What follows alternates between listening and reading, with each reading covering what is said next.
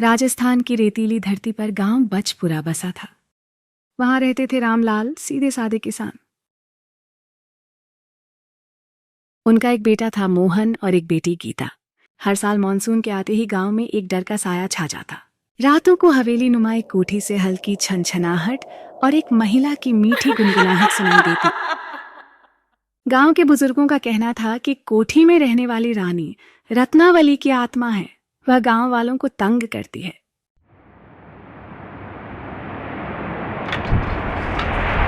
खेलते हो ना तुम? मुझे इंसानों से नफरत है। मैं किसी को भी नहीं छोड़ूंगी, सबको मार डालूंगी। रानी रत्नावली की छेड़छाड़ शुरू होती खेतों में काम करने वालों से। वह दूर से ही उनकी टांगें खींचती, औजार गिराती और कभी कभी तो फसलों में अजीबोगरीब निशान बना देती।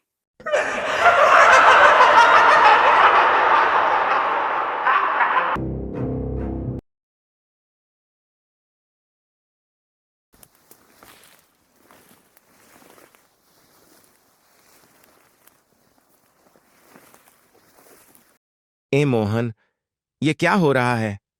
मुझे बहुत डर लग रहा है। पता नहीं बाबूजी, पर कुछ तो अजीब है। मुझे भी डर लग रहा है। क्या ये रानी है? बाबूजी, लगता है ये रानी ही है। चलो चलकर देखते हैं। बाबूजी, रहने दें। ये ना हो वो हमें नुकसान पहुंचा दे।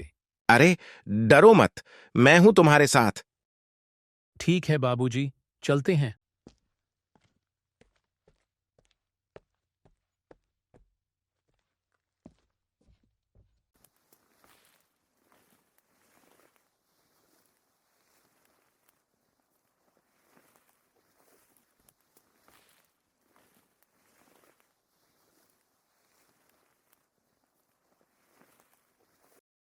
जैसे ही वे हवेली के पास पहुंचते हैं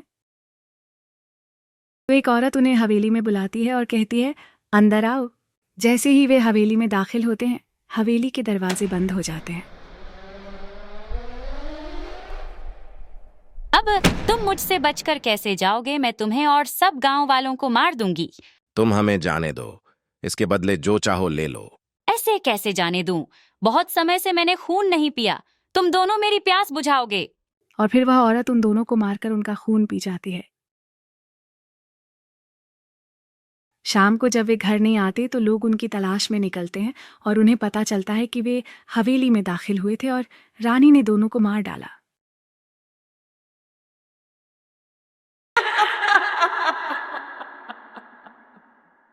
डरते हो क्या मुझसे?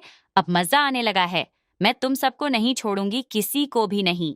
रात होते ही कोठी के दरवाजों के खुलने और बंद होने की आवाज सुनाई देती।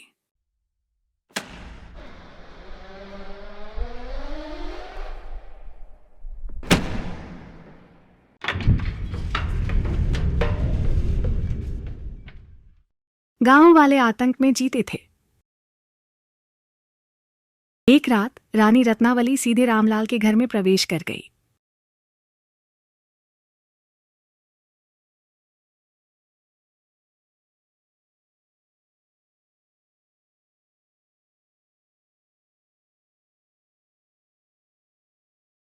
कौन है?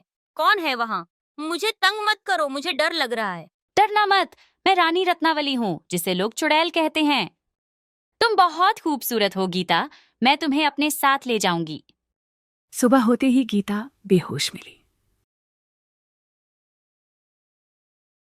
वह कुछ बोल नहीं पा रही थी, सिर्फ डरी हुई आंखों से इधर उधर देख रही थी। रामलाल ने गांव की तांत्रिक भीरो बाबा को बुलाया। रानी रत्नावली अधूरी इच्छा लेकर भटक रही है, उसे शांति चाहिए। भीरो बाबा ने बताया कि रानी रत्नावली को गांव वालों ने ही जहर देकर मार डाला था। आखिरी इच्छा पूरी करने का वादा करने पर ही वह शांत हो गई।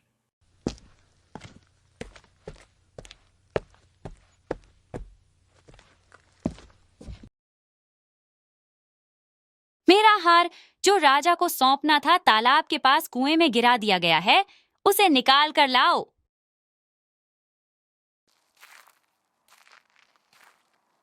गीता ने सपने में देखी जगह पर खुदाई की और रानी रत्नावली का रत्न जड़ित हार निकाला।